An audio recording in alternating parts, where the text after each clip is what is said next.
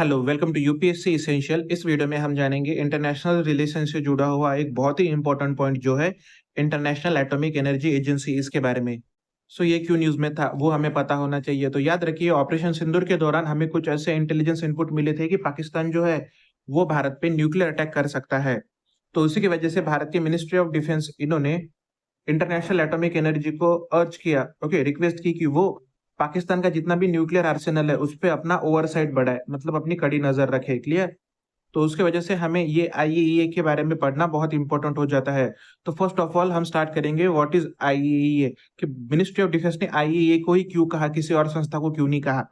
तो याद रखिए, IAEA is an international organisation जिनका काम है, जो न्यूक्लियर टेक्नोलॉजी का इस्तेमाल किया जा रहा है वो पीसफुल पर्पस के लिए किया जा रहा है कि नहीं, वो इंश्योर करना। ओके, मतलब जितना भी न्यूक्लियर टेक्नोलॉजी डेवलप हो रहा है, टेक्नोलॉजी इस्तेमाल हो रहा है, वो पीसफुल पर्पस के लिए इस्तेमाल हो, वो देखने का काम किसका है? इंटरनेशनल एटॉमिक एनर्जी, इनका काम है। ओके, तो इनको एस्टेब्लिश कब किया गया था एज अ ऑर्गेनाइजेशन? तो याद रखिए, ये आईएईए एज ऑर्गेनाइजेशन एस्टेब्लिश हुई थी 1957 में।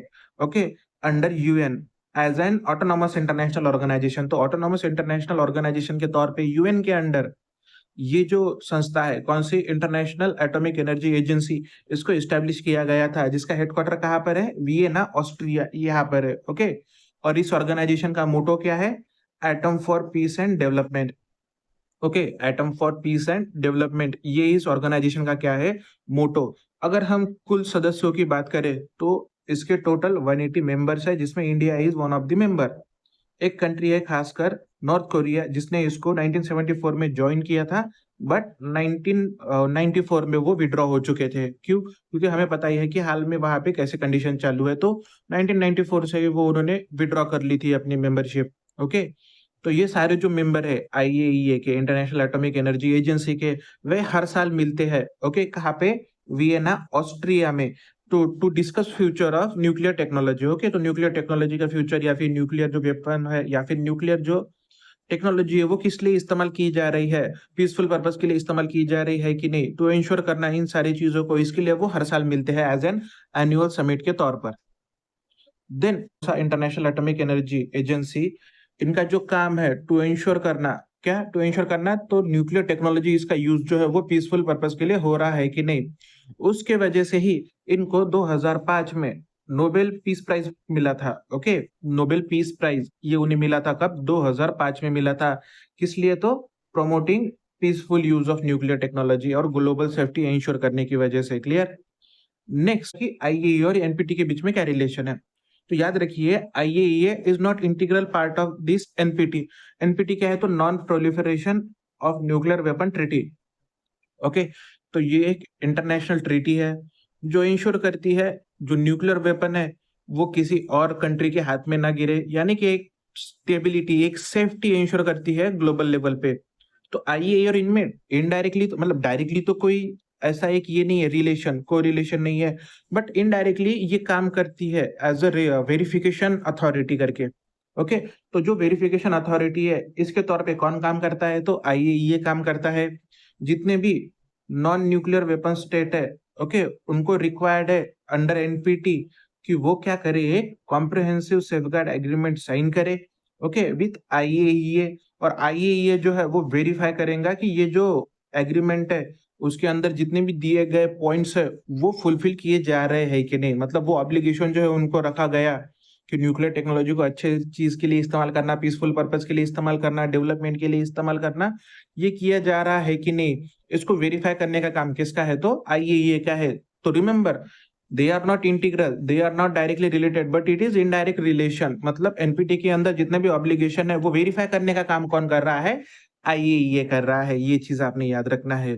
देन इन शॉर्ट हम देखेंगे what is NPT, non proliferation of nuclear weapon treaty. ये तो याद रखिए, ये एक इंटरनेशनल बाइंडिंग ट्रीटी है। ओके, बाइंडिंग है, इंपॉर्टेंट चीज है ये वर्ड। इंटरनेशनल बाइंडिंग ट्रीटी है जो प्रिवेंट करती है spread of nuclear weapon and weapon technology. जितना भी न्यूक्लियर वेपन या फिर वेपन टेक्नोलॉजी है न्यूक्लियर वेपन से जुड़ा हुआ, तो उनका स्प्रेड ये प्रिवेंट करती है। कौन? तो एनपीटी ट्रीटी प्रिवेंट करती है। कब आई थी ये 1970 में आई थी। ओके, भारत के प्रोग्राम के बाद ही आया था ये। ओके, देन नेक्स्ट, ये जो 1995 है तब इसको एक्सटेंड कर दिया गया इनडिफिनाइट पीरियड के लिए। ओके, अगर आज की बात करें तो कुल मिला के 191 कंट्रीज है उसमें, जिसमें वो जो 5 रिकॉग्नाइज्ड न्यूक्लियर वेपन स्टेट है वो भी है, जैसे China, France, Russia, UK, US, ये हो जाए। और जो इंडिया, इसराइल, पाकिस्तान हो जाए, इन्होंने कभी ये ट्रीटी साइन ही नहीं की थी। ओके, तो इन्होंने ज्वाइन किया ही नहीं। एंड नॉर्थ कोरिया भी जो है उन्होंने विड्रॉ कर लिया 2003 में, मतलब इनडायरेक्टली वो भी न्यूक्लियर वेपन पे काम कर ही रहे थे। जैसे कि हमने देखा 1994 में उनका जो आईएईए है, इंटरनेशनल एटॉमिक एनर्जी एजेंसी, इसमें से अपना सदस्यत्व पीछे लेने की वजह से। ओके, तो सिमिलर ट्रीटीज हमें कौन सी दिखती है अदर, तो एक ट्रीटी है पार्शियली टेस्ट बैन ट्रीटी 1963। तो ये क्या करती है, जो न्यूक्लियर वेपन है उनकी जो टेस्ट है उनको ये बैन करती है। कहाँ पे? Atmosphere, outer space and under water. Okay, तो ये जो है ट्रीटी ये बैन करती है क्या, न्यूक्लियर वेपन का टेस्ट कहीं पर भी, एटमॉस्फेयर में, आउटर स्पेस में या फिर अंडर वाटर में। तो इंडिया जो है, ओके, इंडिया ने ये ट्रीटी साइन की है और इसको रेटिफाई भी किया है, ये चीज आपने याद रखना है। ओके, एनपीटी को हमने साइन नहीं किया, किसको साइन किया है? पार्शियली टेस्ट बैन ट्रीटी, इसको साइन किया है।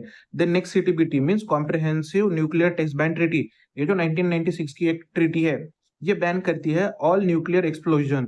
ओके, वेदर फॉर मिलिट्री और पीसफुल पर्पस, पीसफुल पर्पस के लिए हो या फिर मिलिट्री पर्पस के लिए हो, सारे के सारे जो न्यूक्लियर वेपन के जो क्या कहेंगे हम, टेस्ट है, उसको ये बैन करता है। और इंडिया ने जो है इसको साइन नहीं किया है, ये चीज आपने याद रखना है। India did not sign this CTPT.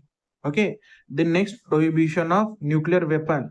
Okay, prohibition of nuclear weapon treaty है 2017 की ये ट्रीटी है। तो ये क्या है, एक कॉम्प्रिहेंसिव सेट है जो प्रोहिबिट करती है participating in nuclear weapon activity. Okay, किसी प्रकार की न्यूक्लियर वेपन एक्टिविटी में पार्टिसिपेट करने से ये प्रोहिबिटेट करता है क्या, prohibition of nuclear weapon treaty 2017 वाली। इंडिया ने इसको भी नहीं साइन किया, इंडिया ने सिर्फ एक ही ट्रीटी साइन की है, कौन सी? पार्शियली टेस्ट बैन ट्रीटी की। हम ना तो एटमॉस्फेयर में, ना तो आउटर स्पेस में, ना ही अंडर वाटर किसी जगह पे ये जो हमारा वेपन है, न्यूक्लियर वेपन, उसको टेस्ट करेंगे। Clear? So all in all आपको क्या याद रखना है, तो याद रखिए आईएईए क्या है, उसका हेडक्वार्टर कब उसका एस्टेब्लिश किया गया था, आईएईए का काम क्या है, ये भी चीजें आपको याद रखनी है। To ensure peaceful use of nuclear technology, उसको इसको इंश्योर करना, उसको वेरीफाई करना, ये किसका काम है? आईएईए का काम है।